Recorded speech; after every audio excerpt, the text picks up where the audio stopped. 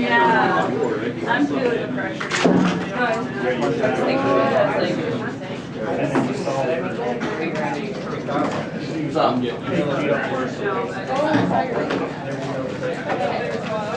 So, happy to know that this is my last lecture.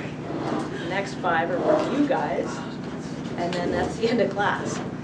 So a couple things on the lectures. I'm not going to tape the student lectures. I'm not going to tape your lectures. Take a bit of pressure off. So you're not going to be all over YouTube. Unless you want, I could tape them. But what I thought was, yeah, okay, so I'm not going to tape them. And the graduate students, because you're not doing the blog and you're not doing the lectures, you don't have to come to class. You can just work on your research, okay? So after today, you guys don't have to come anymore. Yeah, see? This is what you get freedom once you become a graduate student. Okay. So there's just one more lecture, and that's I'm going to talk a little bit about financial analysis. And I posted all the equations with pictures, so you'll see that under the lectures for today, or whatever, and the lecture for today as well. And what else did I post? I posted 3 things. Oh yes, the last performance assessment task for this, which is basically a bunch of factors. You just do the equations, choose the right equation, provide the number, and then at the end I want you to compare 3 different investments using internal rate of return, benefit cost, and NPV. It's really straightforward. It shouldn't be arduous, and I think the due date is going to be the 24th of November. Isn't there one due this Thursday? Yeah. Yeah, okay, so there's 2 more left. Yeah. This one, the next one. And then for your presentations, I'll talk about that in a minute, but if you're not doing a presentation that day, since I'm not taping it, it would be good if you could come to class. So, I don't know, it's thinned out substantially, yet there's the same number of people on the roster. So, if you come to class and support your peers, and you have to do a blog entry, cat hair stuck to everything. You got to do a blog entry of what you learned from your peers that day. So I'm going to look at all the blogs, so you can go on to the Pause, Blackboard, whatever site it is, and you do a blog entry. So that will be a performance assessment task, so you have to go in and point out things that you learned or whatever. And I've got the performance assessment task criteria for that.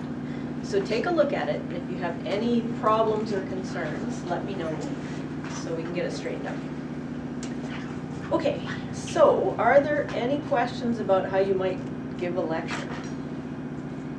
Do you feel comfortable with the presentations that you're going to be doing?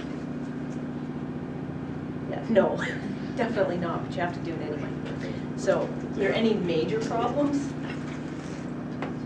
We were talking a little bit this morning about being nervous, and I totally, if you are a nervous speaker, I totally feel for you, because I would rather die.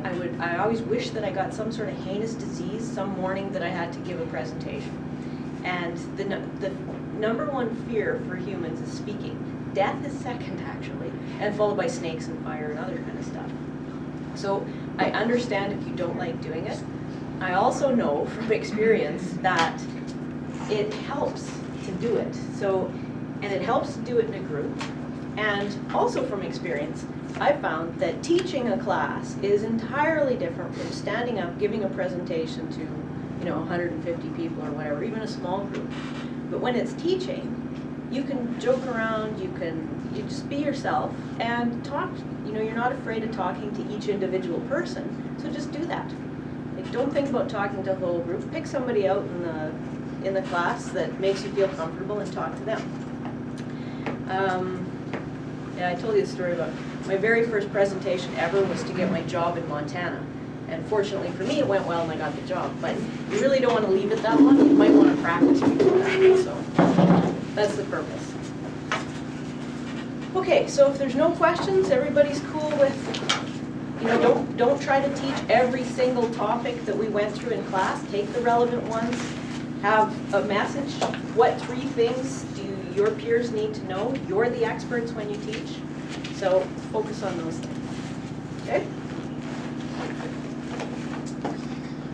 Okay, I didn't mark your things yet because I'm behind, but I will. I'll get them to you on Thursday. So we're going to talk about financial analysis.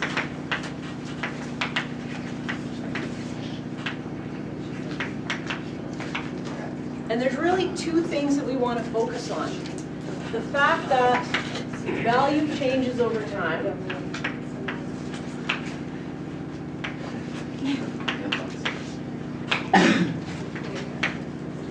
And because of this, investments they might look good, but they might not be. So we have to evaluate costs and benefits over time.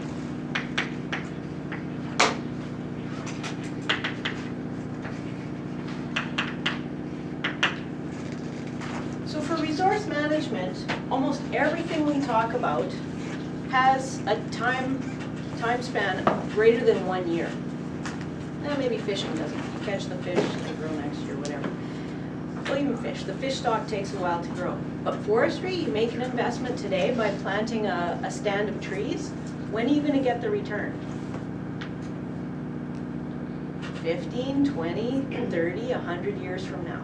So if you make an investment in your warehouse or you're some big company, you make an investment, or even yourself on the farm, if you make an investment in a windrow or shelter belt or something, or some oak trees, and you know that this investment isn't going to mature until 30, 40, 50 years from now, your family will still benefit from that. So you want to make a good investment now and make sure that there are returns in the future. So we need to think about the value of money over time and how time erodes value. Okay? So that's the reason it's important. And so typically we think about costs and benefits, and we incur costs now and we usually get benefits later. Even look at the Shore Gold mine. How long, they're not in operation yet, they don't have a mine yet. They've just gone through the environmental impact assessment and all that kind of stuff. But people are spending money now. They're going to want a greater return in the future because they've got risk, there's inflation, there's all kinds of things. So value today is not the same as value tomorrow, and that's probably the most important thing. So, okay, so why, if we talk about value changes over time, what's the problem? Why isn't value today, like if I gave you $100 today, and I guaranteed that you would get $100 back next year, would you give me $100? Is that a good deal? Why not? Because they can spend that $100 for something better, then they can give you more. Yeah.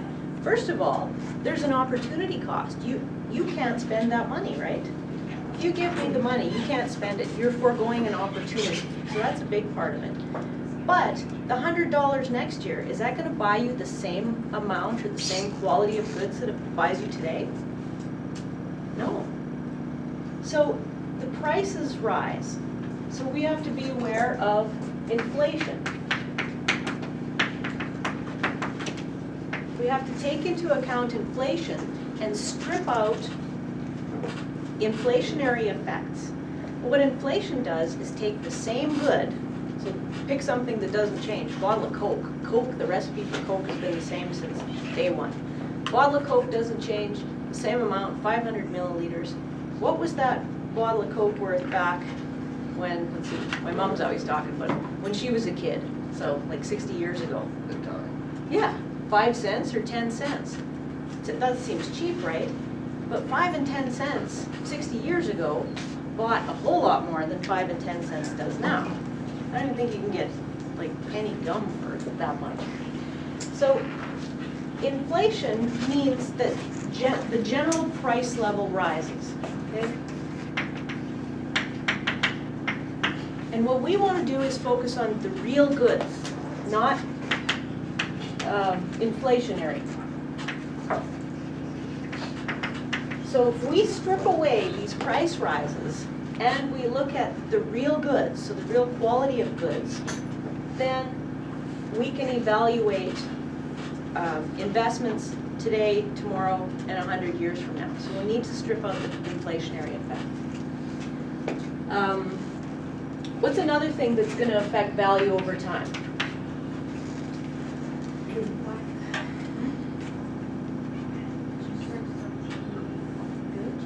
The what? Yeah, what changes value over time? Or why do we require greater payments in the future to compensate for what we're giving up today? Time value of money. Like for Yeah, example, time preference is another one.